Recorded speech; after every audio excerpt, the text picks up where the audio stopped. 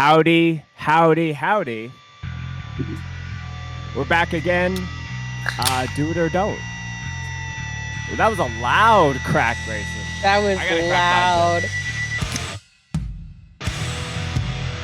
Welcome back again. I'm wearing headphones this time. And now this intro is just blasting in my ears. Woo!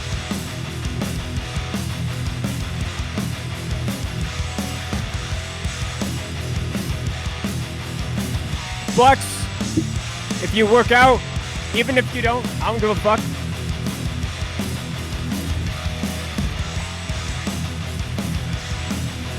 Guys, jam-packed episode today. Jam-fucking-packed. Thank you for tuning in. This is Do It or Don't, your new favorite heavy music alternative podcast show coming at you every single week.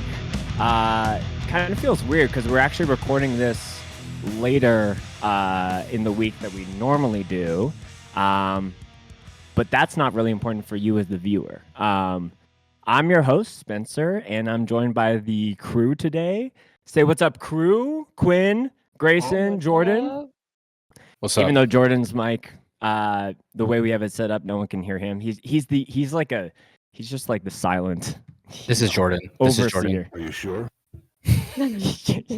Jordan speaks through the soundboard like a spiritual entity. Yeah. So this week we got a fucking stacked episode. I think the serendipity and the irony when you have to do a rescheduling of like a podcast recording or a band practice or whatever it is. I always find it interesting that there's like something within those 2 days where the universe is like, let's just throw these things in. So we actually had some things that were more just like precursors or things that we were like looking forward to that we would record next week, but they happened in the middle of the week here. So now we get to talk about them in totality, which is exciting. So our three main stories that we're going to be hitting on today is the return style of Turnstile. You like that? You Points. like that? That's good, yeah. Points. Where's my? I need some. Yes, yeah. I need some claps, some applause. So yeah, Turnstile announcing a new album and dropping a new single and a new video. So we're gonna get into that in a little bit. We're also going to be chatting about Scowl playing on Colbert literally last night, and I think that's almost like a precursor to like a bigger segment that I want to do, but we'll talk about that when we get to it.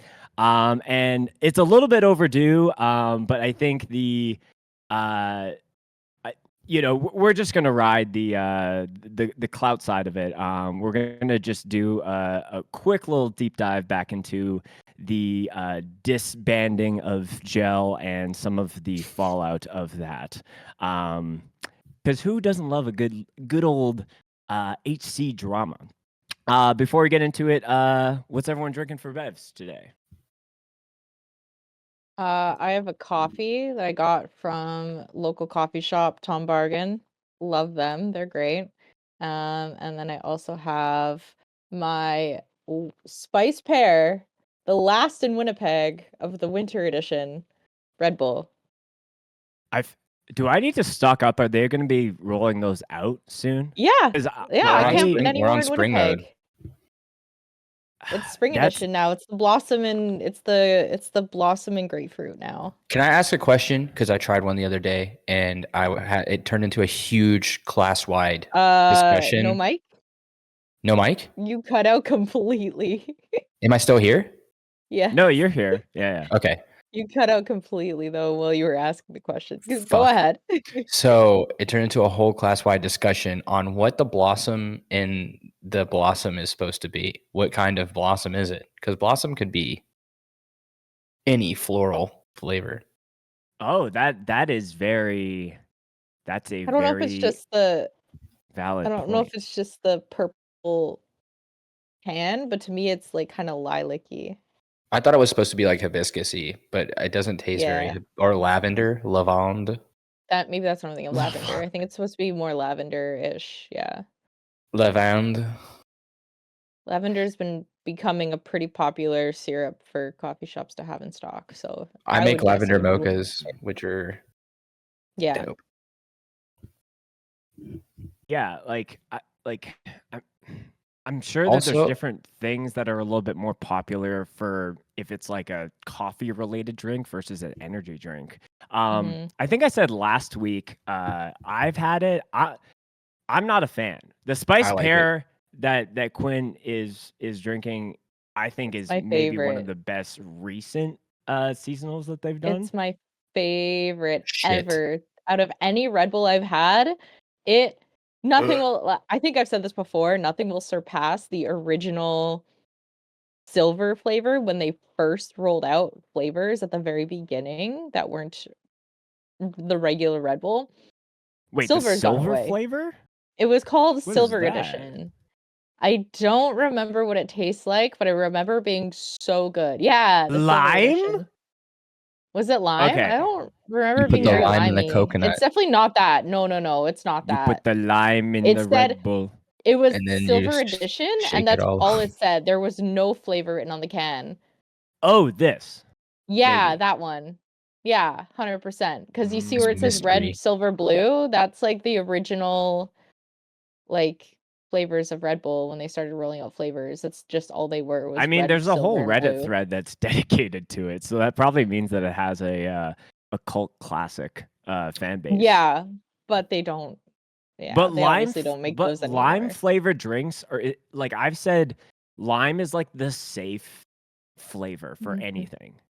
For sparkling water, for different things. Like I don't think it's ever at the top of its class, but I know that it's like a nice entry point for anything if Mhm. I'm unsure.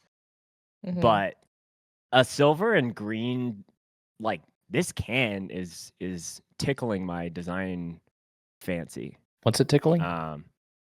My design fancy. Oh, you're fancy? Yeah, I fancy it. Oh, Also, I didn't know there was a website called bevnet.com.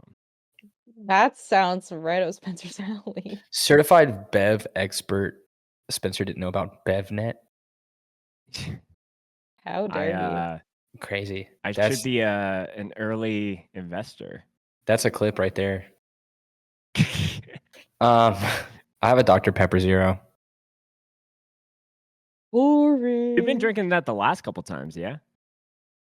Well, no. When we went to record the other night on our real recording time, I was drinking a mezcalita tamarindo. And I would have gone into great detail about all of the Yeah, flavors. we don't get to see his fancy cup this time around. Yeah, no, Kobe is not here. No alcohol is here either because it's 2 in the afternoon, and I'm not a psychopath. So yeah, I've just been drinking this because I vibes with it. Also, I have a question: Is Tom Bargain somebody's name, or is it like a bargain to get coffee from the shop? Well, it's not that bargain. It is like spelled like it would be a Bargains. name. THOMBARGEN. Oh, because like, what if it was like a drum store and it was like Tom Bargains, but like a Tom Bargain apostrophe S, Tom like a drum, bargains like a. I don't know where they got their name from, dude. I'm so sorry. Oh, it's Tom with So an it's H. like Tom. No, just Tom, because it's got to be the same. It's a Tom Bargain. Just these. Just Tom. No. Put TOM. Just TOM. Yeah. Oh, like this. Well, I don't know. Tom Bargains. Like bargains, like a bargain. Which is, I think it's AIN. Yeah, it would be AIN. But this is a fake thing. Yeah, I just made it up. Yes. But still the number one hit. Tom Bargain coffee is a real thing. It is. Have you had it before? No. Oh, Grayson, the coffee god of Canada hasn't had Tom Bargain. Listen, Dude. Sorry, I just had to ditch it back. I think it's become. Is it just a Winnipeg thing? Yeah, I think it is. Mm-hmm. Yeah. Okay. I couldn't remember, but I'm like, I'm pretty sure. Yeah. Oh, there it is. It says it on the cup. I didn't know that. But yeah, great place, great coffee, just down the street from me. Good. Yeah, great spot. I miss. I used to live in West Broadway in Winnipeg, and I would walk down to that location like every single weekend, and always run into like someone that I knew, and that was a very fond memory in my early 20s. But that was like 10 years ago, so Damn. If crazy. if Bruiserweight tours Winnipeg, let me know. I'll get you hooked up with accommodations and all the cool spots to go for food and coffee. Like Tom Bargain. Mhm. Tom Bargain. Just sleep at Tom's. Tom There's Bargain. Tom Wake up. Bargain. O Station Cafe is right near my place too. I love them. They're great too. A little bit farther down Main Street is a place called I think it's Modern Coffee. Love that place too. I used to live right across the street from there too. What's that? Can I What's do that, my Spencer? bev check? No. I thought you did No? already. Okay. No. Oh. I was like, I'll let everyone else go first, and we'll end with me. And then it's like we're doing the Winnipeg tour. But we just have a lot of stuff to get to, so I gotta keep it rolling.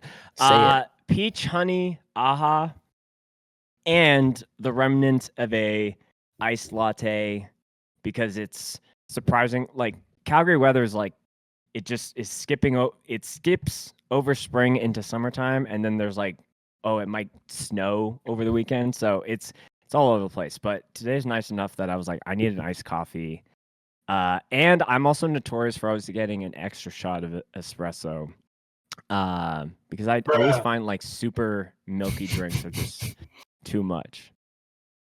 I thought you were gonna give me like more like of a backup soundbite than a bruh. Oh no, I'm Yeah, just dude. all I can think about when you're Black it. describing that drink is Oh, okay.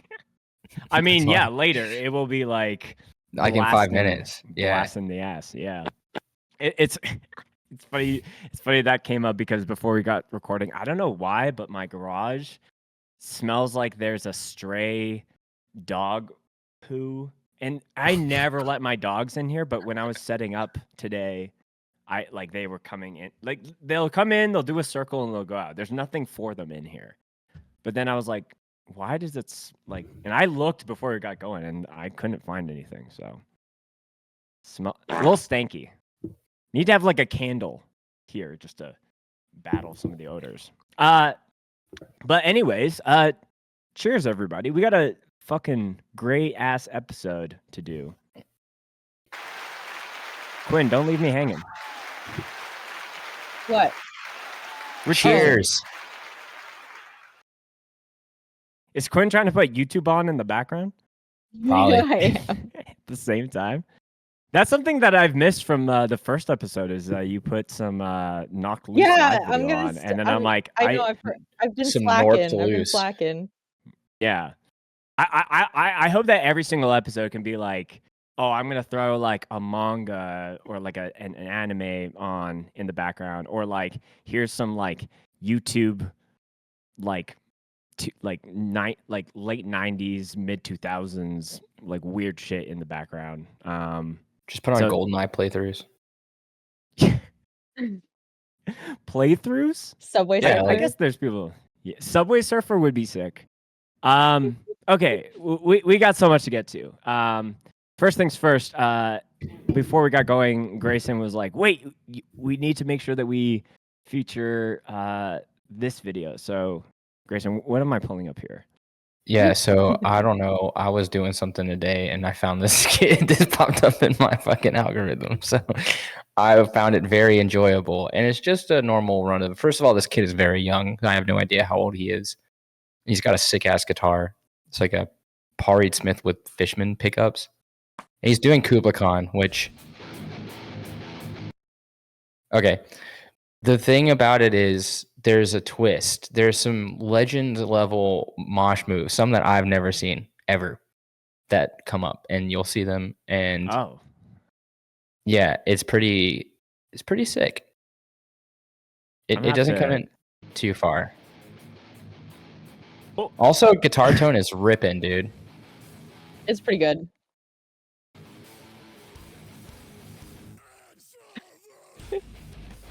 Oh my. Some pretty hardcore moves right there, if I do say so I'm myself. Oh, he's just going. I'm muting because I'm sure there will be some kind of strike. Yeah. But you I My feel like man you is could going put for any it. you could put any hardcore song and this would always like I think the reaction would be the same. But I mean, it's self-destruct from Kublai Khan. But yeah, the kid's just like this kid is just standing in front of the camera, like nailing it. Like he hits the whole thing perfectly. But it's just, I guess his brother in the background, like hitting some crazy. He like goes away and then he comes back. Yeah, see, look, Oh, he's coming. he hits the old man move. He got. I would say those are That's like amazing. Irish kicks. But then You haven't he seen did the- like the freaky hands. What is? Yeah, Okay. Who has siblings on this call? I do.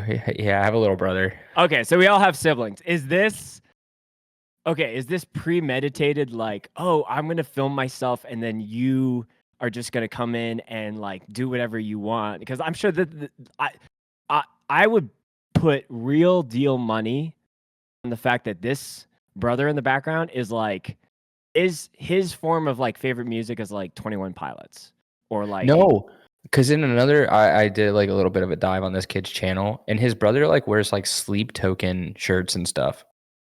Oh, okay. So I think they all right, just I have stand like corrected. plugged in They're parents. like maybe the next gen of kids in heavy music. He's just going at it. Uh, I was gonna say me and my brother are completely this opposite. is Like fresh. I'm on the very 4 days fresh. ago. 4 days ago. So I'm even on the heavy alternative side of things, and then my brother is like country music. that's cool. Can I meet your brother? We might have a lot of. I have in to common. say I love how positive a lot of these comments are because you know the internet's a dangerous place, especially within heavy music, to be like, bro, what the fuck is this shit? I think everyone's like, okay, this is a child. Let's keep it posy. Dude, what's crazy is I scroll down. There's another comment. There's a comment that's like something about a bass. Bass. Yeah, just keep going down because I was like halfway through. I haven't found. Okay, right one here. When it says going into a ballerina twirl is wild AF, but also just breaking out a monster of a bass guitar in the end. So you scroll to the end. Basically, as I read that comment, this man it happened. This man brings a bass into it is enormous. And I laughed. Oh, because that's the end of the song. It's bass only. It's bass and drums. Yes. Wait, I feel like we need a little bit of audio to kind of set the stage. Well, Wait, we're buffering. Hold on. Spencer, this network. Oh, Yeah, just give it a second. We'll cut it out in the clip at the very least. Okay, we're grooving. These kids have seen moshing. Like, oh, 100%. Whoa! just fucking. Hell yeah!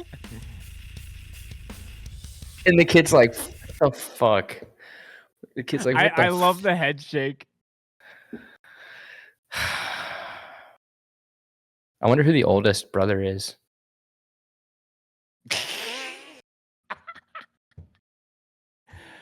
Like, as someone He that feels like I the have a older younger brother, brother. this brings me right back to like just the everything my younger brother was trying to like mimic everything I was doing. It was anything from like certain video games that I would play to like different mannerisms, and I always just hated it. But that is funny. And like Kublai Khan is like music wise a band that I think a lot of it, I would say it's easy to pick up. I've always said Kublai Khan is like in the category of bands that would be like so fun to like fill in for, just because they've had certain people kind of fill in on the guitar position, because it's lower hanging fruit than most, but it's also like just all mosh riffs essentially. So I call maybe it this guy down-tuned. can just Yeah. down-tuned dad rock. maybe. I mean, there is definitely a dad who purchased the MacBook that this kid filmed this video on. I don't know, but Kublai Khan. Kublai Khan is like down-tuned dad rock. Like, think about the riffs. It's basically just Seven Dust, but in drop B. Man, shout out to Bubbles CCTX. You keep riffing, brother. He's got some Whitechapel covers Okay. too. He's got a bunch of shit going on, you know. He's got a bunch of shit. So we'll give it. Do you have a cover request? If Bubble is listening,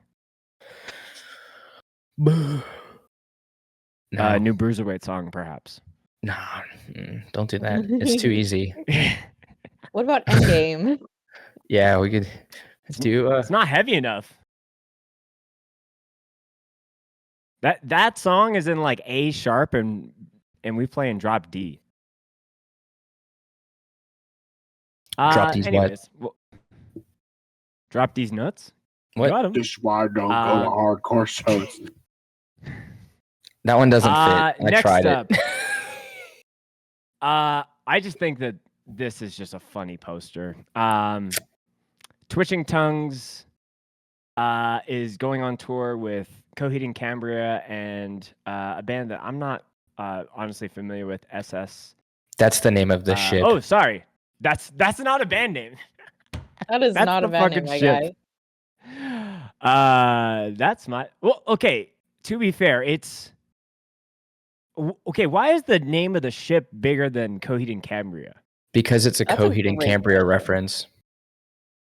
Is it? I don't Yes. listen to them, so. Yeah, it's a wait, Coheed and wait. Cambria reference. So wait, they just renamed a ship after Coheed? No, like, it's probably not the actual name of the ship. It's just Coheed and Cambria's SS Neverender. Oh. It's the name of the cruise that they're doing. Like, the 70,000 tons of metal or whatever. Okay. So it's like the name of the Like the event. theme of it. Yeah. Oh yeah, Third Voyage. Okay. That's okay. I've never heard of that where you could just temporarily rename something around. Oh, okay. So I think that is so I the wanted name to of the include this. ship. Anyways. Like, Oh. I wanted to include this because it's obviously not something that you see all the time, but I have seen this a couple of times where bands are like, I'm playing on a boat, but it's like a docked boat. And it's, you just hop on, you hop off. But this is like, you go on a cruise and you're seeing all of these bands. And I just think that's such a weird and specific niche, but is kind of sick. The lineup's kind of sick, actually. That's what I was going to say. So Coheed, some personal faves, at least for me. Anyone else can kind of shout out who they like. Thursday, High Viz, fucking the Calloused Dale Boys.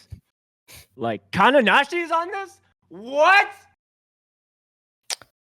What stood pretty out to crazy. me was Foxing and Meet Me at the Altar, because I'm more of the like alt shoegaze pop punk side of things compared to hardcore. But yeah, those are great bands. Fall of Troy just seems like a natural Coheed and Cambria like associated. Yeah. So I guess my question is the entirety of this cruise ship built around having stages? Because I've been fortunate enough to go on a couple of these in my lifetime. It seemed to be like a big thing that my family, when we were doing like bigger vacations, like doing something like that. and sorry if that sounds hella privileged. I'm recognizing that it does sound that way. But when you go on like a regular one, even if they have a performance, it's usually in one amphitheater. But I'm curious if they just have all this extra stuff that is like design, like the whole. There's less like mini golf courts and more stages for people to stand around. Does that make sense? I think it's a Well, yeah, smaller what cruise ship you're- too. What the photos and videos you're highlighting here definitely make it seem like it's meant to be like a party boat with live music. Yeah. Because But that- yeah, you can see like the railings and stuff are all built around where the stage is. That should have intent. Did you know that Brandon's Sacrifice Oh, sorry. Was, Brandon Sacrifice. was on last one? No. That's crazy, dude. Yeah. So yeah, I don't know if you're looking to escape the upcoming cold weather in October of this year and you want to go on a fucking cruise to see the fall of Troy and fucking Kananashi and Twitching Tongues and whoever, And look more no to be further than announced? the SS Neverender. The Dow Boys. I don't know. The Dow Boys is crazy. Where did they actually? Oh, from Miami to Cozumel. Ooh, So you're- Cosmo. Yeah. So I am like not only is that just a cool little thing, the fact that Bo and Colin are going to be on this doing what they do best in doing hardlore content on a cruise ship is that's something that's I can't even imagine the ideas that are brewing for the content game there. So Wait, I just noticed something about this photo. So What? Twitching Tongues is down there at the bottom, right? They're like in the bottom, like right corner. Who's that standing on the bow of the ship? Who's that? Is that Bo? That's 100% Bo. He's just posted up there on the boat. Hell yeah, brother. Just I hanging guess out. So. There's okay. This could just be a random image, but that might be the actual name of the boat. It says Independent of the Seas. Yeah, I think it's on a not a Norwegian, or is it Norwegian cruise has the names that are all crazy like that? Like the Mountain of the Deep and things like that. I don't know. Like we won't get into the lore around how cruise ships are named specifically. I've only been but, on Disney cruise. Yeah. But someone get this man a life preserver. That just looks unsafe. You know what's crazy is for people who are so they talk about being punished so much, being trapped on a cruise ship with like a bunch of music fans sounds like a nightmare for anyone who dislikes being punished.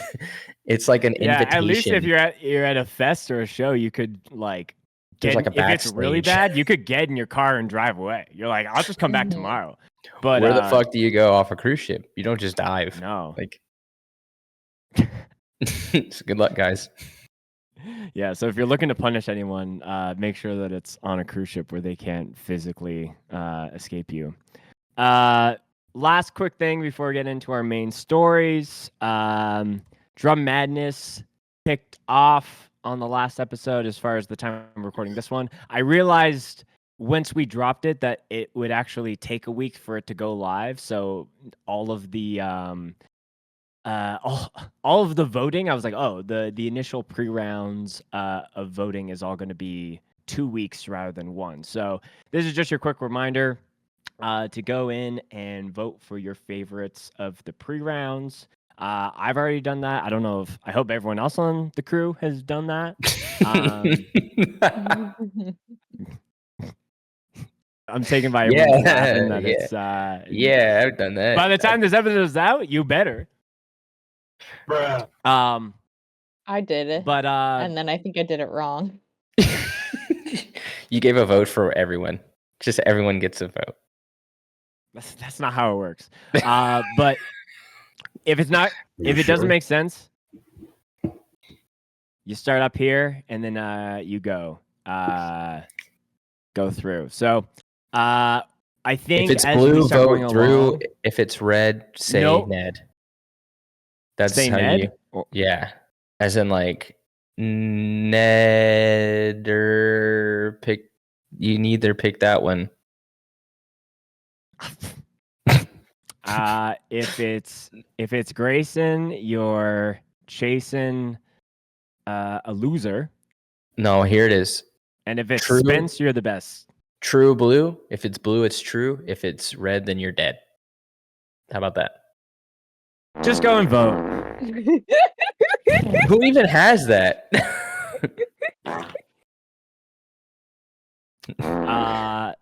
So Man, Quinn, you're I just was- gonna I was- trigger fart noises and laugh hysterically at it. The whole point of triggering a noise is that you just don't laugh. You just No, I know. No, I'll didn't back know it Quinn would up. be I think that fart noise. it was really wet. Like mine's all like, I don't know who added those in the Discord. oh, that was me. Okay. Oh, I think I- yes. Sorry, I feel like that's a very important thing that we need to hit on before we get I to think our I main put a stories. sloppy one in there. Grayson is now the. Can you let me properly intro you? So, Grayson is now the. Marauder's master killer. Grayson is the soundbite master killer, or the soundbite master, however you want to say it. But Are you sure? I'm 100% sure. Soundbites before the show even started were something that I wanted to originally get to, and I think when, I knew that like having Grayson a part of the show would really help on the chemistry side of things, especially for me because we have a lot of good rapport. But I think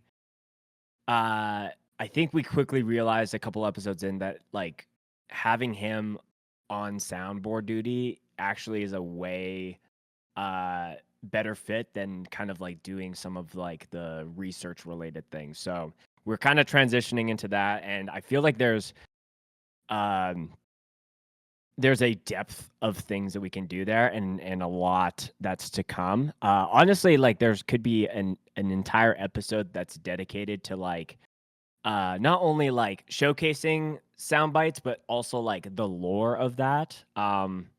I seriously have screenshots upon screenshots from past scoped exposure interviews of just funny shit that people have said, and I want to start like bringing those back, but in a new context and form for this show. So, Grayson, anything you want to say about this new venture that you're going down? I'm happy to be here. Can I remind Grayson I am to too. do the stop fucking moshing? Yes, Grayson, we need to give you a list of past episodes Yeah. of things that we said we are going to soundbite. We got the stop fucking moshing. We got the rock royalty. Rock royalty. No, you are. No, you are. Yeah, No, you are. there's a few. Yeah, we'll get that list started probably after this. I am episode. Poppy. I am Poppy. I am Poppy. Are you sure? Are you sure? No, I'm asking you. Oh, okay. What do you mean? What? Okay. Well- First things first of our main stories. The Turnstile is upon us. Turnstile earlier this week actually dropped a little tease, and it's just see, great minds do think alike. Tacoma Hardcore.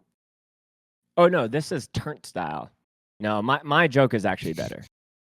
No, I don't know. I might have to give more points to Turnstile. No. Turn. So Glow On came out 2 years ago now? Is that? It's like almost 3 years ago. Longer than that? Yeah. right? Some of the COVID years like really blend together. I got permanent COVID fog. 2021. Okay, yeah. So like 3 years ago. 4 years ago. And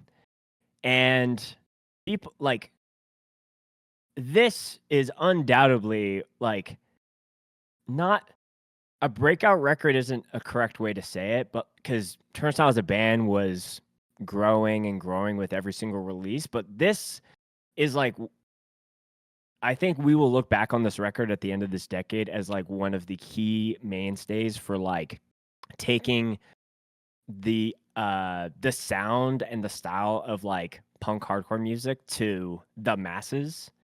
And it's been great. And I would say that anything that like bands that are doing like now, like because we're gonna talk about the Scowl and Late Night Stuff, Turnstile was kind of like the first ones to hit things like late night TV and do certain performances and do Coachella. Like they've just done so much and opened up the gates for so many. And Glow On specifically was like a big release record. So the excitement is real when they're like, okay, y'all ready for the next thing? So in addition to, you know, it's very easy to have a little Instagram tease, but I thought this was very cool as well. They did a promotional billboard essentially. And Oh yeah. oh Man. Oh, that's too many Instagram things. There it is. Yes. And obviously there's a this is outside of a lot of hardcore bands' marketing budgets to do something of this magnitude. But I love when bands are finding more unique ways to like help promo something. And I'm sure a lot of people driving down the highway or wherever this is, located on the traffic spectrum, might just see that and be like, "Oh, that's a nicely designed thing. I wonder what that's all about." Or Never Enough Turnstile. That's a weird band name. But if you know, that's like fucking that would get me giddy. I love that it just says Can't never release. enough Turnstile and then a date. Yeah. No links. And I think no links. Well, I mean, you wouldn't want to throw a QR code up here if this is like a main series highway. Hang on, I gotta scan this QR code. No. Simple yet effective. Also, but also just trying to like really dumb down your mind to like normie level. Seeing someone do this, you're like, what? What is this ballerina doing in this band? Yeah. Like the video that we saw Certified. earlier with that kid, that's just like the final form of this. Right? But if you're in the know, they're like, that's a Franz. Like if Franz could only be in like one position for the entirety of a Turnstile set, I think it should be that. He could just be floating around He just everybody. floats there, yeah. Mm-hmm. So I know that if we play the actual song, that will get claimed. But who here has listened to the first single off the new record, which I think is not the title track, but it's like close to, because the record is here. Let me just pull some things up so I'm not just talking very much out my ass. But who's listened to that, to the Me. song? I'll listen to it. I have to. What are your thoughts, guys? So when I was listening to it, I have a buddy I talk to about music stuff, and every time I listen to, like, you know, we're both in the same music sphere, right? So like Turnstile is very much up his alley too. I'll always message him when I'm listening to a new song or find a new band, and then it turns out he already knows about them. Really funny how that happens. But I was listening to the new song and he'd already heard it, and I was like, my first immediate thought was that, oh, this kind of sounds like something off that would be off of like Peripheral Vision by Turnover. That was my initial thought. Kinda. Yeah, And I the can hear vibes that. were there. Yeah.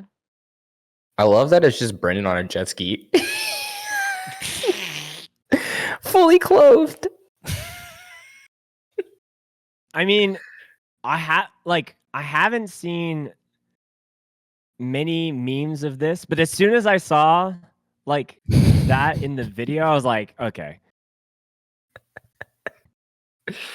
Even I just need to get away. Just hitting the jet ski. Also whoever's main driver to shoot their music videos in this very like artistic, like ultra zoom lensing, fucking brilliant. Because like I think this video is also shot in like look at this man.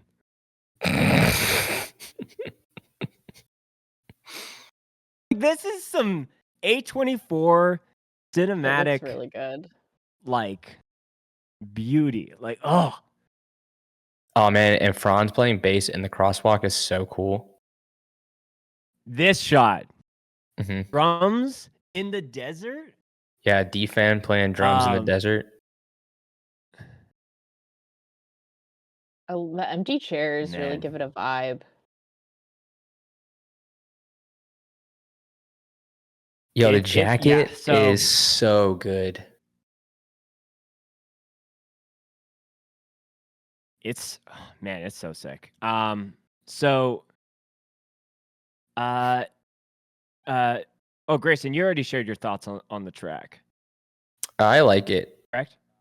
I mean, yeah. So I have some friends that were like, "Well, this is gonna get them so big," but like, I miss the old stuff, which is fine. I get it, but you can go and listen to the old stuff. I think It's people still will there. say that literally to this band's final day.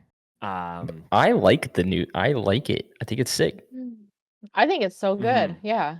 I really love like Turnover, and I think this gave kind of the same vibes Peripheral Vision did, and that's like their most beloved album, but it's obviously not like a hardcore album, right? Like because Turnover isn't a hardcore band, they more lean on like the shoegaze side of things, and it seems like that's what Turnstile is going for. But I feel like there's a lot of crossover between like shoegaze and hardcore in terms of like I don't know how to explain it, but yeah. Anyways, That's an interesting. So, do you consider Citizen a shoegaze band? like shoegaze, pop punk. I guess they're not really pop punk though. I don't know. They're like Midwest emo, but not really either. No. I've always wondered how you categorize those bands, like, because Turnover. I would consider them more shoegaze than anything for sure. Because Movements is also considered shoegaze. Really? Yeah. I would not think that. They have screaming. Shoegaze has screaming. Fleshwater is like shoegaze adjacent. They have, yeah. It's just for me, like, I used to listen to like OG shoegaze, like Slow Dive, Hammock. It's like second wave shoegaze, I guess. Then I don't know. It's interesting, like, because I've talking to a friend who has a new gaze band, like new gaze, where it's like Fleshwater, like it's elements of hardcore, new metal, and like industrial mixed with shoegaze. Maybe we are in a second wave of shoegaze. I think it's just second wave shoegaze, the same how we're on like fifth wave emo now, you know? I can't keep track of the waves. Sixth wave emo, I don't know. I can't keep track. I mean, you have to have a pair of shoes, so second makes sense. Thank you. Also, thank you. Anyways, back to Turnstile. So I think Never Enough is the LP because that's kind of what is kind of listed on the website here. Going kind of with this rainbow theme, which is a nice kind of like connection to Glow On because it had all the, pillows of clouds. But but like not only on the artwork, but like having that in the actual like 12 inch is really, really cool. That's a nice touch. Mhm. Interesting that it says never enough, but then on the inside it says never. Does it say enough on the other side? Backside on the That would be my B-side? Probably guess. on the other side, yeah. Yeah. There's a lot of variants. So Wow. I don't think that. Well, maybe this is a bit of a hot take. But off of my first listen of this song, I don't know. Well, I know why my brain went here, but my initial take was it kind of felt a little the first of the Disney trilogy of Star Wars. Is that A New Hope? And here's my rationale. So Mystery, the opening track of Glow On, I found too many similarities in those songs off of first listen between those. So it kind of, I think it would have been too much if they were like, okay, here's like the first song that you haven't heard in like 3 to 4 years, and it was like straight up hardcore, like some of the like Blackout off of Glow On, but they're still kind of like showing it's like Turnstile has definitely established their sound, but I was almost like, I don't know what X factor I was looking for necessarily, and I did see some other friends of mine say like this first track off of like 3 to 4 years of no music felt a little underwhelming. That being said, the more that I listened to it, I was like, okay, like this feels like a good setup of what's to come for the rest of the record. And the record has 14 tracks on it. So like I don't think you can look at this as in the totality of what this record is going to be off of like just the opening track, but obviously that plays a very important part.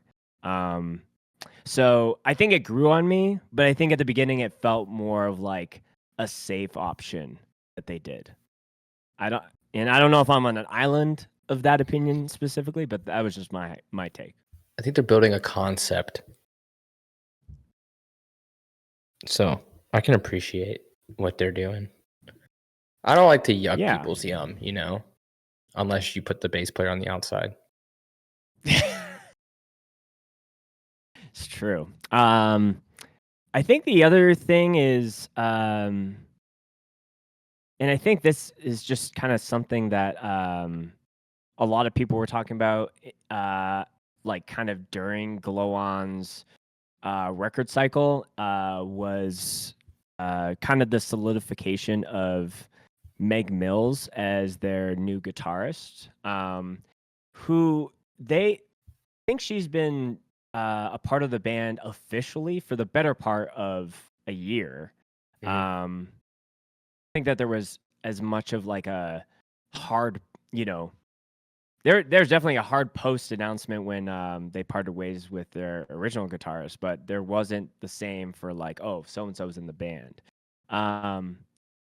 But yeah, I kind of did a little bit of digging around, and it seemed, and Meg said it in an interview that the I guess like the first thing that really connected them to Turnstile as far as like the first meeting was this show. So she used to play in Chubby and the Gang, and this was Glow On's, I guess, touring cycle in Europe, and she said that's how they originally met. And the lore behind meeting on these shows and then later getting to play in arguably one of the biggest bands in hardcore is fucking pretty cool. Pretty cool. Pretty sick. Any other Turnstile thoughts before we keep it pushing? Bring back Nonstop Feeling.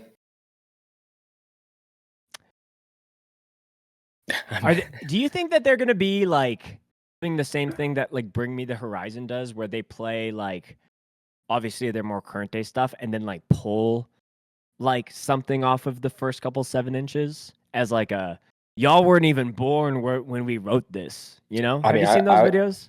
Yeah, I saw them. I saw not Bring Me the Horizon. I saw Turnstile play a Glow On set in 2022, and they were playing stuff off of. They played like Real Thing. They played Drop. They played. They played Big Smile. I think they But that's didn't all play. off Nonstop Feeling. You know, like They I also want played from, it. They like, played the 7. first- Like they played 7 and Keep It Moving. 7 is like such a fucking jam. Bow now now now now down now now. I was So like good. ahead of its time, but like worked in that band's favor versus like being like too big brain. It was real big So brain. good. But I love how it goes to the riff where it's like da-da-da. Oh, Where- yeah, straight into it. Okay,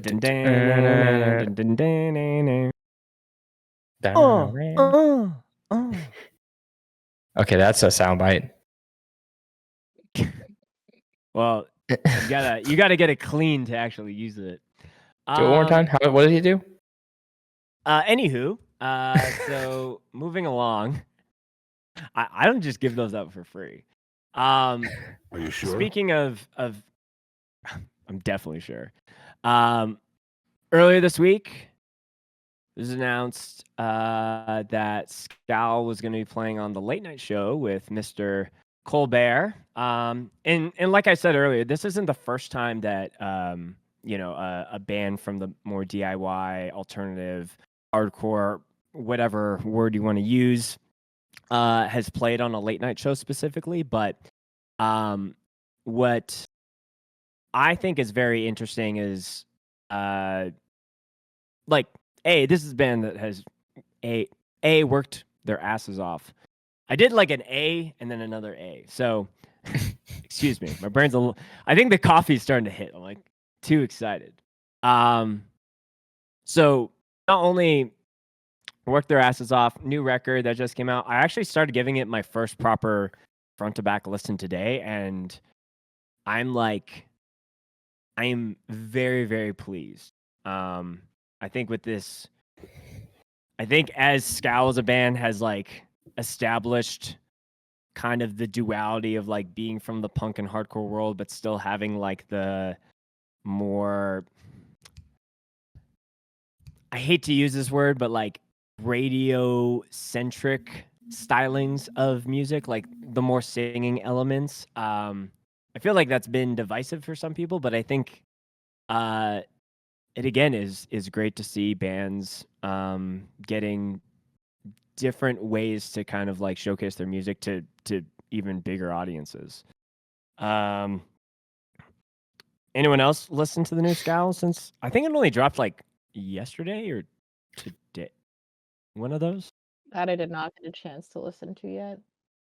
I don't remember the last Scowl music I listened to. You don't remember the I last saw a Scowl you listened TikTok to? video today, but that was about it. I'll be honest. I remember when they dropped and they put out like their first kind of EP with like Retail Hell and all that on it. Mm-hmm. And I gave it some spins, and since then I've just never really like I've seen them a couple of times, but it's never landed for me. I respect it. I mean, it's just not my cup. Yeah. I think they're a band that on a live aspect, like in a fest setting, it wouldn't be a performance that I would be like, oh, I'm gonna go grab lunch or do something like that. Like they've always put on like a really kick-ass live performance. Like when How Flowers Grow, when that got put out, I definitely listened to it a couple of times, but I feel like this newest thing feels a lot more like, again, this is a very like easy word to use, but very mature and very like dialed in. It doesn't feel as like we're writing the hardcore tunes in the punk garage anymore. It's like it's very like we've gone into the lab and like cooked up the best Scowl shit we can. So I'll be honest. The first time they played in Montreal, they had some, I guess, issues working against them, and it just was bad. Like, yeah, it was like a bad can't fault performance. them for that. No, but like it just seemed like they didn't really want to be there either. Like that's how it kind of translated. I mean, like I'll keep it 100. When we brought Scowl up for the Scope 5 year, which at this time is now like 3 years ago, there were a couple of I think there was a couple of sound issues that they were having, and Malachi had like just broken his like foot or something, so he had a boot on, and because we were like taking care of them, driving them to their Airbnb, and I remember he had talked to me afterwards, and he was just like it was just one of those sets where he was just like, oh, I can't. And honestly, at the time of being like a very avid like I'm the archivist and I'm filming and like everything should be like released no matter what. I think there is some truth to that, but at the same time, like it doesn't fucking matter. There are some sets that I'm like, God, I wish that we had like better videos or better coverage of. But then there are some times where it's like, why would I essentially double down on that to like, if someone's just like, hey, I was having an off day and I had to play a show and it's just not it's not the thing that I just want like immortalized on the internet. And right. I don't know, I think I've come around on that, because if you would ask me that 3 years ago, I'd be like, no, absolutely every band that I film and do this, like it doesn't matter what they think. And now I'm like, I don't care. Literally, if a band was like, hey, I want you to delete all of the videos that you filmed in my band from X year to now, I'd be like, okay, sure. Private. I don't care. It's private just for you. Please don't do that. Yeah, private. It's just for me. Please don't do that, because then I just have all this extra work to do, and I'm very busy man. Anyways, we've gone off the rails, but this I'm gonna have to be strategic about. Actually, I'm not even gonna risk it, because Colbert, you seem like a nice guy, but I do not put it past you or your team to flag this video as soon as it's detected. I feel like I'm even risking just showing the actual video here. But I have no idea what it sounds like. Here's 3 seconds of it. All right, there we go. It reminds me of the band from Freaky Friday that Lindsay Lohan is in. Oh, what is that band called? I don't remember. They call it like what's the name of that band? That I don't know. All I remember is that guitar was so sick. It was really good. It's a what do they call it? A Duocaster? Freaky Friday band. They're doing another one with Jamie Lee Curtis and Lindsay Lohan. Freakier Friday. So excited. I usually hate sequels. That's gonna be cool. I hate sequels, but the TikTok I saw where I mentioned I saw Scowl and a TikTok today earlier. It was comparing, and I hate when people fucking do this, but it was comparing her to Hayley Williams, and I'm like, can we stop? There's not really a comparison every front woman to Hayley Williams, because like this isn't even close to what music Paramore plays. Oh, sorry. Was this a comment on this performance? No. It was a TikTok. It was a TikTok I saw earlier. Oh, okay. And I'm just bringing it back to the conversation of Scowl. Like, okay.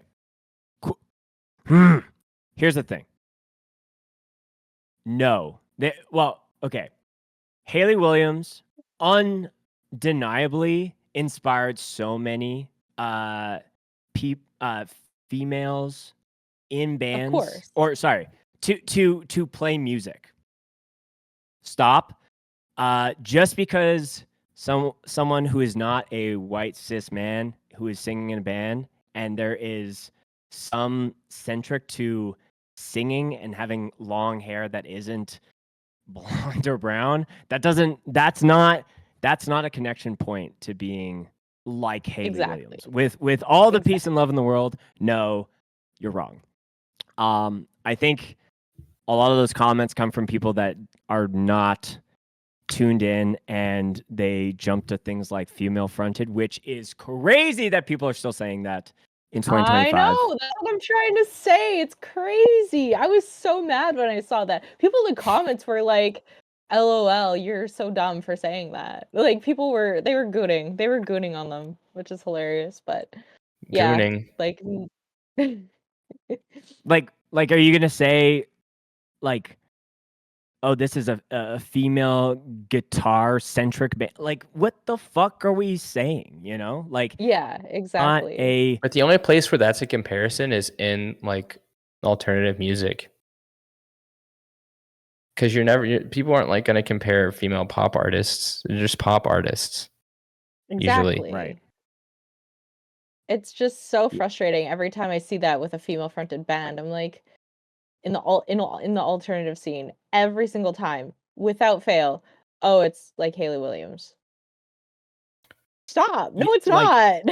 Yeah, it is like, it's just something where it's like, yes, like a woman sings in this band. Like, is that the only reason that you listen to them? It like, why are we getting all like hyper fixated on that aspect? Like, is band good? Like, let's start there. Is band good? I think Scowl is great. I think they're fantastic. Yeah. But but they're their like, own with peace and love, unique. there are bands that have female singers that, like, I think A, they're not my cup of tea, or B, I don't think musically they are actually good. But that being said, don't get me wrong in the clips or clipping me out. There are equally as many bands that I don't fancy or just straight up don't like or don't think that are good musicians that are just a bunch of men. So like that should be the balance. That should be the even playing field versus like getting all like anytime I see a video that's like, here are the top 5 film, I'm like, I haven't even watched the like 15 seconds in the video. As soon as I hear that word, like I'm not interested or remove. Like, I won't report it because block the things to do, but it's like, I think that terminology just brings way more ickiness than like, oh, you're lifting us up, or there's other ways to do that. All right, I'm off my my TED Talk podium here. Also, sorry, last thing, back on the podium. The thing that I think every single woman in a band or someone, like, however they identify, the last thing that they want to do is just be like, so what's it like being X in, like, is a form of conversation and a topic to be discussed, but I think in like the right context. But like, it's, this brings it right all the way back to episode 1 of the show, where it's like Poppy and Courtney, and then the interviewer is just like, oh, you're a woman, you must be Poppy. And it's like, there's other women who are in heavy music as well. Maybe that's stretching it a little bit too much, but I don't know. If there's anything that needs to be out of this for this year, is like, just stop saying it. No one wants to hear it. Can I get it? Do you have an amen sound effect, Grayson? Not quite the same thing. Can I put in a request for like a amen? Like, I need like a real like southern. Don't bruh me. Okay, I'll figure it out. Yes, it's got to be one of these. I think it's. But like, just as much as I'm sure people are annoyed at their, maybe favorite band with a woman in it being compared to Hayley Williams, I'm sure that these bands are just as upset as constantly being compared to Hayley Williams, because like I don't want to be, like if I was, this singer of Scowl and I'm constantly being told, "Oh, you're like Hayley Williams. It's so cool." Like I would get tired of hearing that after the first time. You know? Like Yeah. just stop saying it. Kat's been on the podcast before, and like she's got a really interesting background in like obviously getting into hardcore, but also just like other music things. And like I think if you're trying not to impress, but to actually kind of like go deeper than like who is your like gut reaction to like who's a woman that sings in the band, Hayley Williams, you must be like that, like there's Kat talked on my interview with her, just talking about like her obsession and love for like the Goo Goo Dolls and like people that were just like so like flamboyant and just express themselves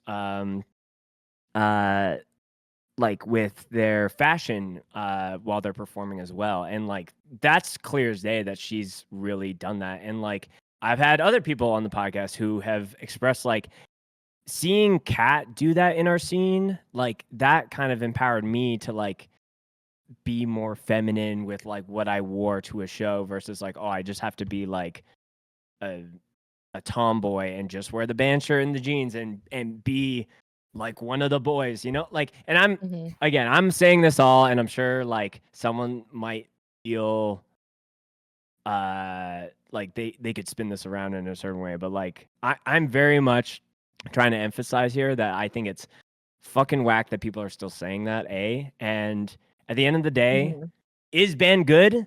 And that should be like the main reason why you check something out or not.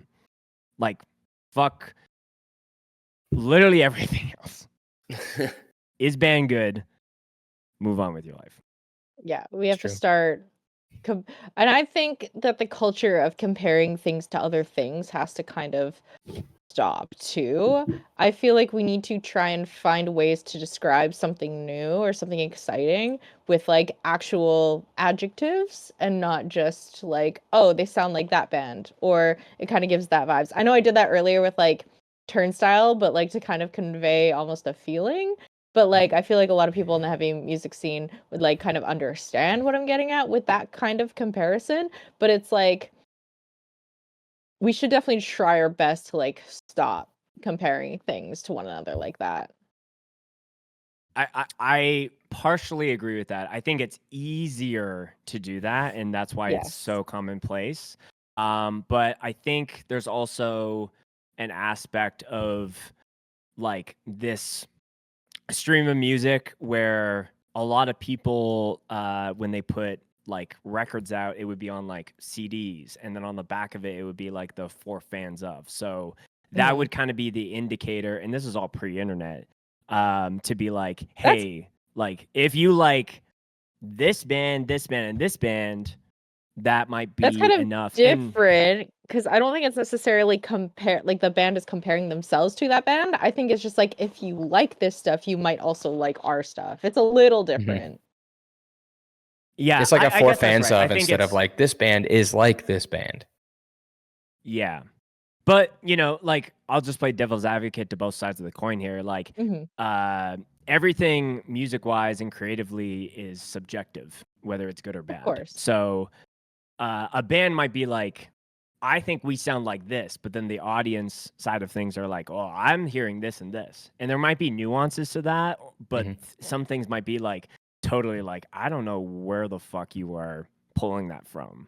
But I think people who are a lot more like, they listen to a lot of music, I feel like those opinions are more valid than someone that is maybe only listening to like whatever's on their like Spotify like suggested. Of course. Yeah. So yeah, I think there's nuances there, but I do think that you're right that we should try to start being more educated of the ways that we describe a band versus just pigeonholing to like, oh well, it's kind of like if you took this and this and put it in a blender and you got this. Like I'm guilty of that. I've done that. Oh, of course. I think everybody's more guilty of times than I that, like but to admit. But yeah, and I did it on this episode but I definitely that's something I want to be a little bit more conscious of in the future for sure. So Anyways, shout outs to Scowl. Shout outs to CBS. Please don't claim us. That would be nice. No, we're not. I don't want to shout out CBS. Turn it off. Okay. No, I'm just kidding. I'm just kidding. Turn it off. No, I'm just kidding. Shout out Colbert though. Steve Colbert. Steve Colbert is a fucking G. He's cool. I was hoping that there would be some kind of like, not like a band interview or like some kind of back and forth. And maybe there is like a extra. I saw there was like some behind the scenes clips, but I didn't see a video specifically. But this will be the last thing I'll say, and then we'll move on to our last thing. I think this performance warrants us to fast track doing a lore deep dive of heavy music bands that have played on late night shows. Because as we were kind of prepping things for this show, something I quickly wanted to do is like kind of do a deep dive on the Knocked Loose performance on Jimmy Kimmel, because that obviously was historic in its own ways. It's the same for Scowl on Colbert here. It's too fresh at this point to kind of really know what that means for not only us as a scene, but also the band. But I think it would be really fun to like just go back in time and find like the really obscure performances on late night shows, on other like TV outlets. And I have a growing list. So we might do that for next week or the week after. I feel like there's a lot of prep that I need to do. And since we're recording this in the middle of the week, I might not have enough time. So either it'll be next week or the week after. So yes, look forward for that. And then next week should also be that Eyes Front interview I did. Oh, yes. How did that go? Well, remember I kind of talked about it last time. But I feel like it could have gone better. Damn. Okay. Well, I promise on behalf of everyone else here that we won't go as hard on you as we did on the last episode. Yeah, fuck you guys. On our last episode of Cook Quinn to a Crisp. That's what my interview should be. It's time for Cook Quinn. I need a little intro bumper for that. Did Now- Quinn now that cook, you're on or the did we soundboard- cook Quinn? Oh yeah! Wait, what? I missed it. Yes! Did Quinn cook? Did or Quinn we cook or Quinn? did we cook or do we cook Quinn? That's so funny. It Okay, could be like, okay. yeah, it could that be- needs to be written down. I'll write it. Did we cook or no? Did Yeah, you Quinn read it. cook Quinn or cook? do we cook Quinn? Did we cook Quinn? Did we quick? Oh no, I cook think it needs. Quinn? Do we cook Quinn? Okay. Because Okay, if you whatever. didn't whatever cook, you want to do. Then it's like something needs to be seared. Write it out. I want to see. I want to see Oh, I thought you were gonna write it out. too many bros. it. Did Quinn cook, or do we cook Quinn? I love that. That's a great idea. Actually.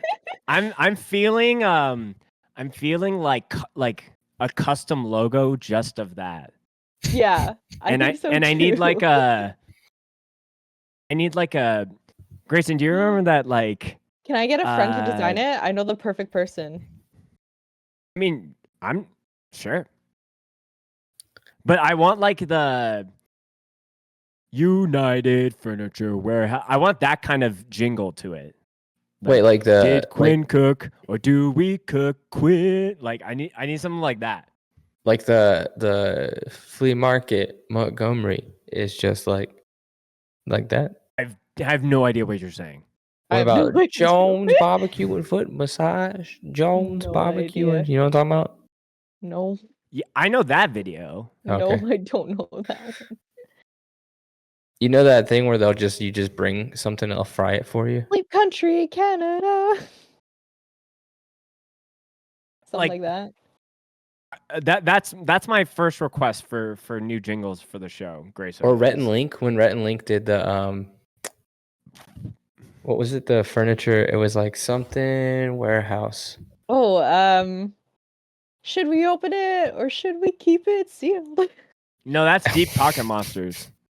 No, I know, but that's the vibe you're giving me. Oh, Yes, I think we've established the vibe. I think Grayson now needs to go and cook. I'll see what I'll I get can Come do. back friend- next I'll get week a with friend of a mine. jingle, please. I'll get a friend of mine to make the logo. I mean, you could take that and make it like a hardcore like stinger, or you could just Yeah. make it as like TV I think- infomercial as you want. Oh, I think that I have the melody for it already, but it might we might change the phrasing. We'll cook on it later. We'll I- cook on it later. We should 'Cause it go to could the be next like- segment. No, let's cook on it right now. Like, Okay. did Quinn cook? No. Or are we cooking, Quinn? Oh, that's good too. Okay, as long as it's not too far from the original. No, Yeah. instead of like, do we cook, Quinn? It would be like, or are we cooking, Quinn? I mean, you're the mastermind of the sound world for this show. All right, before we so lock in the I'll verbiage, leave it let in me your. make sure that I can fit it. Yeah, in the- yeah. Tell me what Yes. you come up with for the jingle, and then give me the phrase, and then I'll take that to get a logo done. Cool. This is. I hope we're gonna have this ready for next week. I hope so. Okay. Last on our docket. Again, we're so deep in the episode that if you've already seen this a million times, feel free to just skip through to the end. But Gel, the band, is no more. Mm. Rip. And I think I think bands. Okay, here's the thing. Bands break up all the time. Every band that you love right now, it doesn't matter if you're watching this 10 days from now, a year from now, or 10 years from now, all those bands are eventually going to break up. And even if that band is like, oh, we're on hiatus, every band you love will break up. This was something that I was told when I was 16, something like that. Kind of someone who was a few years older than me. Ironically, we played on the worship band together. But he showed me some of the hardcore stuff. He was like, listen, Spencer, every band you love is going to break up. And I, being the young, like, oh, you don't, I think I was actually younger than 16. It doesn't matter. He told me that, and I was like, no way. Certain bands are just so good. They're like destined to be around forever. Literally 1 week later, Under Oath announced that they were breaking up. This is the original time that they broke up. And I was decimated. Wait, the original I was time like- that they broke up? Mm-hmm. Like when Aaron left? Yes. So Under Oath breakup original. But there's a second version of this. But yeah, this is like 9 years ago. No, but it was Aaron just left. They didn't break up. 2012. Under Oath are calling it a day. I don't remember. That Damn, seems right. 2012? Yeah. Yeah, well, we would have been 21. No, we would have been 20. Yeah, I Which must would have been made like me 19, 18. No, that's not right. I would have been like 15. Yeah, it feels weird to talk about it now because there's a generation of people that are listening to Under Oath that don't even know that they broke up at one point. Or don't even know that their and that original band- I singer didn't was know a that. million. I wasn't listening to Under Oath at 15. I was listening to Under Oath Yeah. when I was like 11. I never don't think I've ever heard a single Under Oath song. I'm gonna be honest. That's insane. You haven't heard like the OG I stuff, know who they like are. active depression. Are you serious? Yeah. This is great.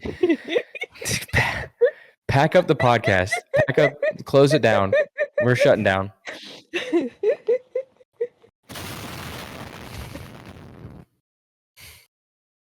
I'm so sorry, I- Spencer. Do I? Sometimes I sometimes I forget on the age difference between you and I and the different upbringings. Oh my god. Okay.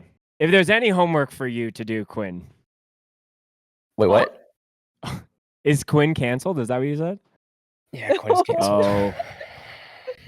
We can't have even get grounds. to the do we cook Quinn? Because Quinn just cooked himself. Straight up cook. You straight up cooked yourself just now. That's insane. I did, and I'm sorry. And you claim to be an emo? Get that swoop out of your eyes. You don't deserve that hair in that part of your face. It's crazy.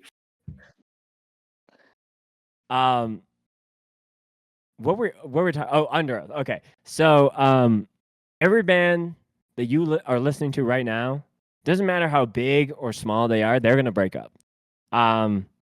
Gel breaking up though is like the way that it happened is something that I've never seen in a band's existence, and I don't really want to get into too much of the details as to the why, because I think that's very well documented.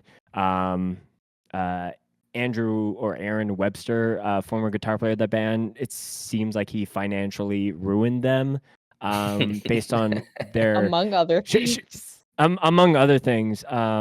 So essentially, like, I think the order of things happened as such. So, oh, did I not put a link in here? Sorry. So, I'll pull it up real quick. So, Gel was on tour in Japan, and this goes back to what I was saying earlier of things where I wish people actually like how certain shows and things should be filmed, but like maybe not every single thing as far as releasing it goes. Mm-hmm. But the thing is, there is live video that circulated of this show, and people were titling it Gel Last Show, and people were like, wait, what do you mean? Like, how this band is breaking up? But the thing is, it's just a part of the set. So, all right, I found it here. Let me just pull it up. Let's see. Also, it's shot vertically, and that's like big no-no. Well, I because it's understand that for you're- social media. Yeah, it's not like a well documented thing like Hey 56 or 197. But once my shitty internet actually shows the title of this video, which might take a few minutes here, folks. Sure. Yeah. It says Gel final show live in Tokyo, March 19th of this year. And I think that was the first thing to be, huh? And then the next day, I don't know if it was the next day, but shortly thereafter, they posted that the band effectively was no more. I have the statement here. I don't, which as far as the time of recording this, but it's very well documented. After the band posted that, everything on their account was archived originally, and now the entirety of the band's social presence has been fully deleted. Damn. Which if a band is going to call it a day off of a really ugly and shitty situation, I can respect that. To essentially try to erase or essentially work backwards is I can't imagine the stress and anxiety the other members of this band. I like full disclosure, have never seen Joe live. Don't really know anybody in that band personally. There was like a brief stint where I was trying to get them on for the Scope podcast, but kind of went into ghost mode. Would the part of me that just hopes that there's certain members of that band that just wanted to play music for the love of playing music, and maybe that's me being really, really naive, based on people who are maybe closer to this band. But I'm giving them the benefit of the doubt here, that Aaron or Anthony. I said two names wrong. It's Anthony Webster.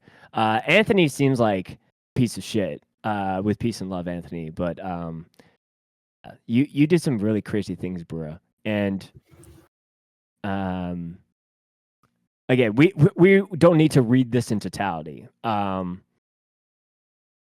But it definitely was wild. It wasn't like, oh, so and so like did something fucked up, and we by knowing that we couldn't be in a band with someone that has morally done something like that, we decided to part ways. Right. Well, I mean, but there's kind of like, I think the whole band was in his name, though. Yeah, from my understanding and what the statement said, that seems to be why everything was under his name, because it was under his name. Like, so they kind of had to just break up because they couldn't fire him. So they would have had to basically leave and form another band. Okay, but from my understanding on the way the statement is written, he would have already been kicked out of the band, but still financially stealing from them, essentially, because they couldn't kick him off anything. Because they said because in the statement themselves, he keeps saying former guitarist, so that means he wouldn't have been in the band anymore. I think he was still in the band. No, he was kicked out. I think I might need to find an article, but I'm pretty sure that I think I read that he was out of the band. Excuse me. He was out of the band for almost a year. Oh fuck! Before this happened, I didn't realize that. They were having constant fill-ins. I think I forget his name. I think he plays an Initiate. He was filling in on this on this run. I guess Gel was on. He's in the far right here. Okay. I met him. He was filling in for Dare when they came up and played the Scope 2 year. He's a really nice guy.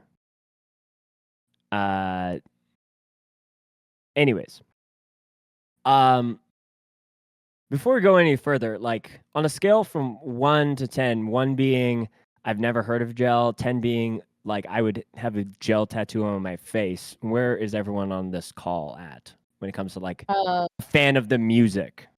Oh, fan of the music.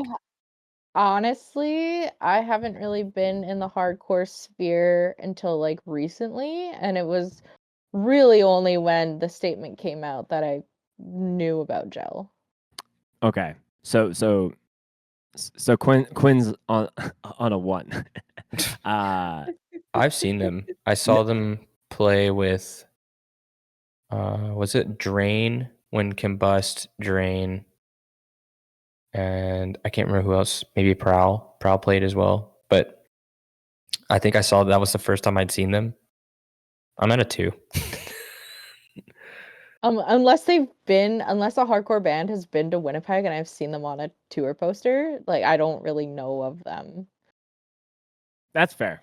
I think I'm maybe okay. So I think I think before their last release, Persona, I was like closer to where you were at, Grayson. Like I'm like, yeah, like I've never seen this band, so I think that would help raise that band on the scale, because naturally when a band plays in front of you that like totally kicks ass, it like they win you over. After Persona came out, which I think is not super long ago, I think. I mean, I just like I've listened to their music, and yeah, that was last year. it's just it's not something that I go out of my way to listen to.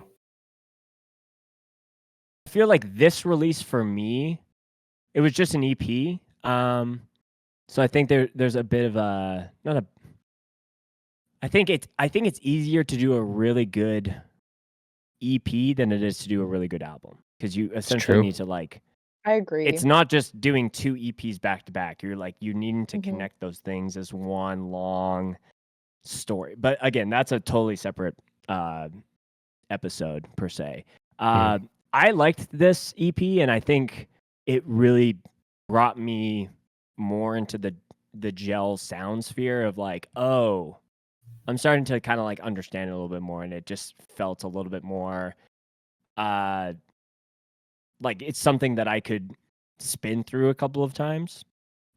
But yeah, if I had to give it an actual number, I would probably say more of like a 4 or 5 personally for me. And there might be some people listening that it's like they're the most avid gel fans, and this whole thing, as comical as it's been, it's also like gut wrenching when a band that you like is taking a break or doing whatever. Because this is a very special, well, not special. That's making it sound good. This is a very on an island kind of scenario. Actually, let me walk that back. Unfortunately, it does, and it's not even just in punk and hardcore music, but there are times where certain artists recognize that there is poison within their group, and it is necessary to detox and like get that person out.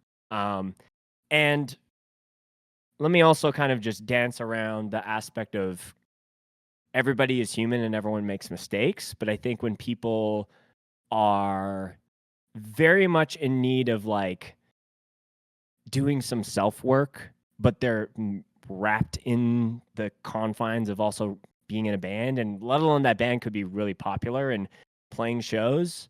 And certain behaviors and certain things aren't like checked, like it just bleeds into everything else within your band. And I don't blame people for not recognizing those things before starting a music project, because and Grayson, you know this as well as anyone, usually it's just like you meet someone at a show, you find out you like similar types of music. You send a demo, like, hey, I wrote this demo. Do you want to play guitar on it? Oh yeah, let's get together and jam. And you could be in a band with someone and be like, feel like your brothers or sisters or family, to keep it gender neutral. But you actually like, I played in bands with people that like I felt close with at the time, but I actually didn't know them, and I didn't know what their like standings were for certain things. And is that a reason to like not try to get out there and play music with certain people? I don't think so. When you do find out those things, like that either needs to be like hard stopped, addressed, or like you need to be like that's a deal breaker for me.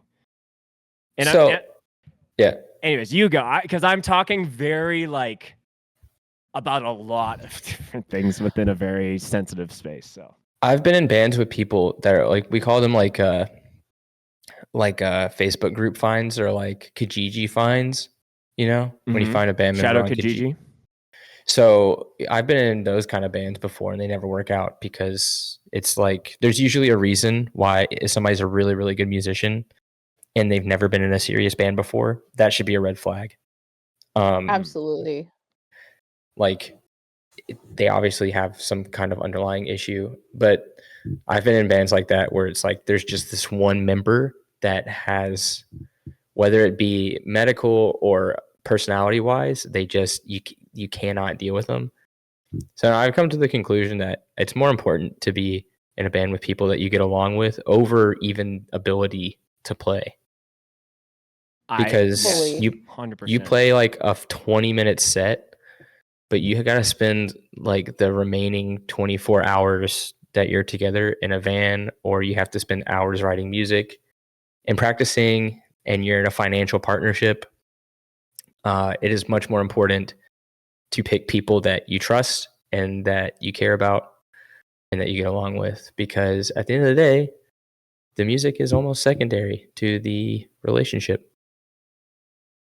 Yeah. The music is absolutely. important. It is important, but Yeah. until you're at a level where you can just hire a fucking session musician and you have a separate bus or whatever you're gonna do.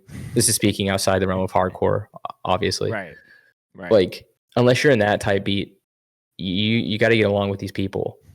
Mm-hmm. I think even I was listening to I think an interview with one of the members of Hatebreed a while back, and he was talking about like the reason like Hatebreed looks for members now to fill in when we need it. It's just people that we get along with. We don't even care if they're the best guitarist or whatever.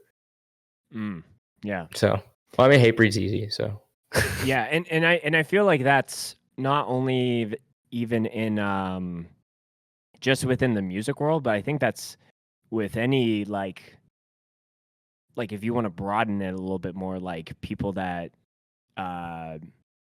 you get along with, or you feel like you morally are on the same page about, like whether like that was very important and very critical when I was like seeking out certain people for the show, because yes, I could find like the best of the best, like video editors or different things, and not and really not to just like to downplay anyone who is here's skill, but it was more important to be like, who do I actually like feel that I could like be on like a Discord call for 3 hours. Not to say that we're going to be here for 3 hours, folks, but to make that feel effortless and to like have like fun in the times even when it's not fun. Does that make sense? And that's the same if you're like starting a business, if you're like doing different things. Like it's very, now I don't want to get too off topic here, but like it's a very common trope where it's like certain people stay at like certain business places because they're like, the top salesperson, or they're like, the person who's been there forever, but they are like literally the most like dysfunctional person who's just been enabled to do anything. And then any like new hire who's coming in is like recognizing that. It's like, oh, well, that's so and so. They're just like that. And like, at least for me in my life, maybe it's a little bit different for someone who's like like the dude in the Kublai Khan cover that we watched at the very beginning.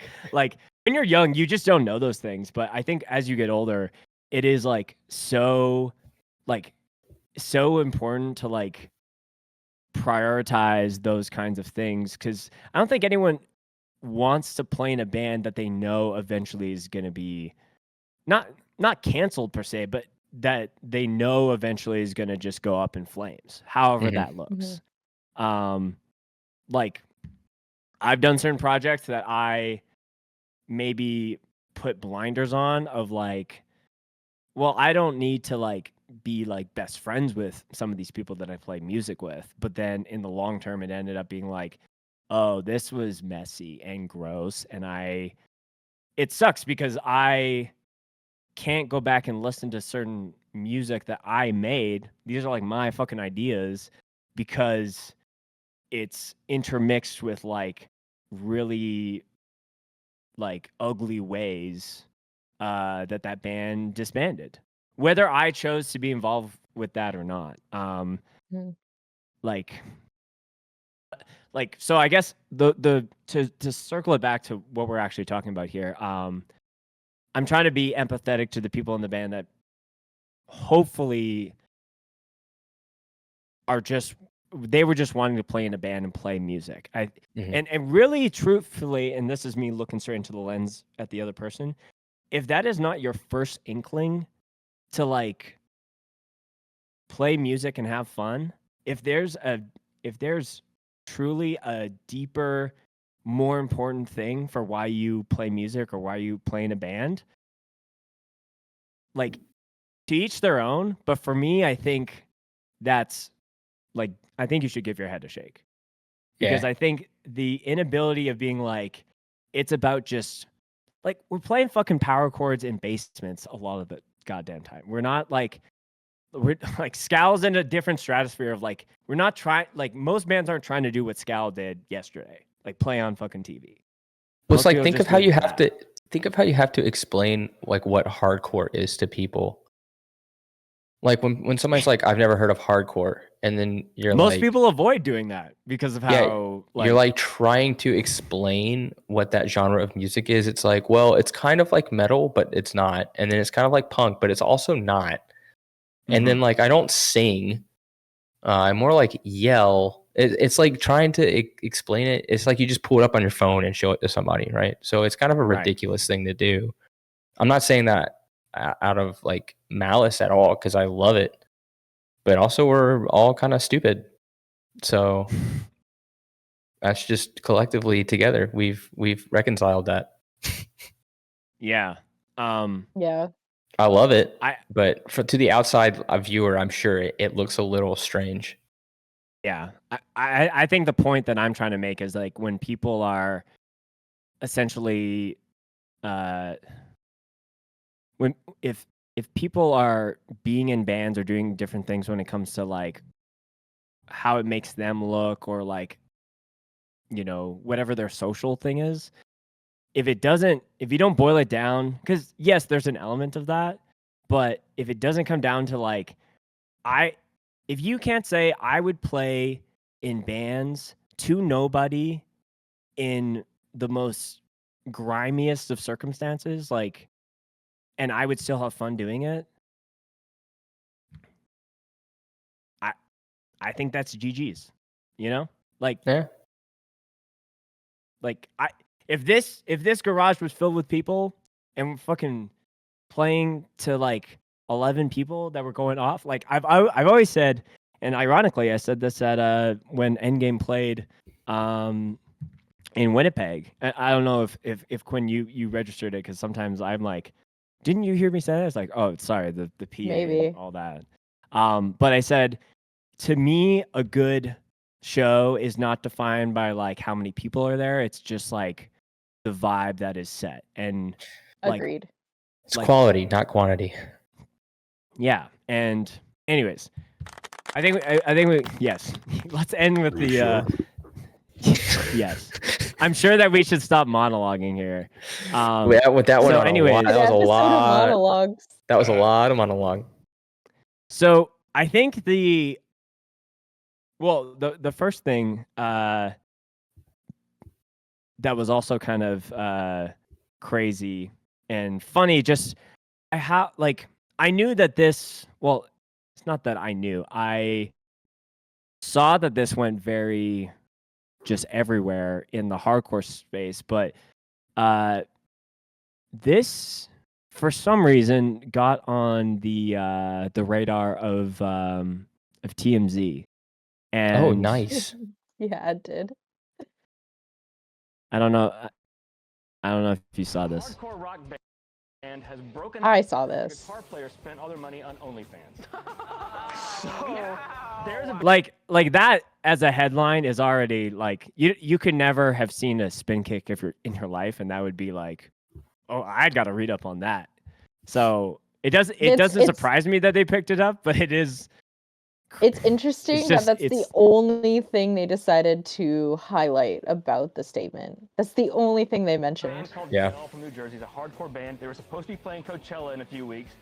I think it's largely that, because Coachella is on, I think it's tomorrow. and I guess Joe was gonna play, and I guess they are not now. Up now because they found out the guitar player, a guy named Anthony Webster, Ooh. all the band's money, and he spent it on his rent, some groceries, and what they called, quote, an unbelievable amount of OnlyFans subscriptions. An unbelievable amount. Grayson, can I make a request to pull that soundbite? An unbelievable amount of OnlyFans subscriptions. I do not feel good about that. No, I wouldn't either. Sorry, okay, Spencer. I think that there's some potential there.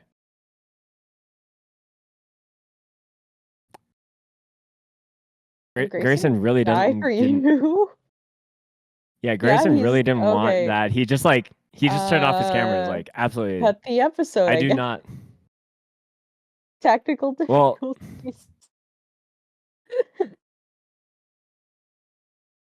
I'll let him. Hey, he's coming back. We don't need to stop. Hopefully, we don't need to stop. All right.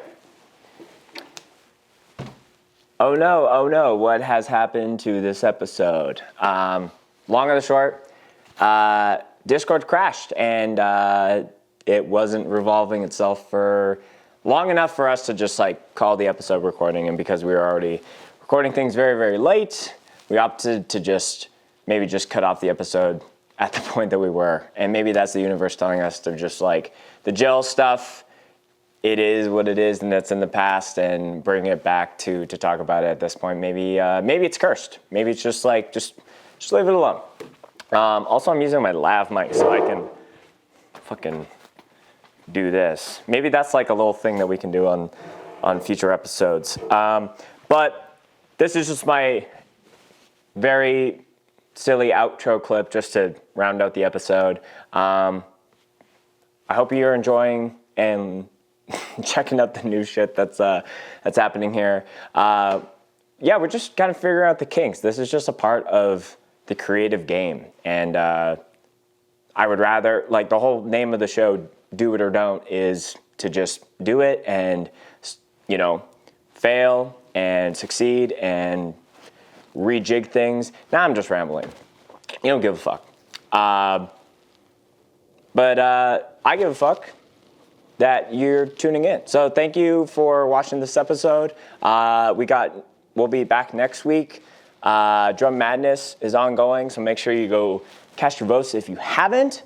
That'll be in the video description as well as the episode description if you're streaming it. And that's all I got to say about that. Hope you have a great week, and I'll talk to you later. Ciao.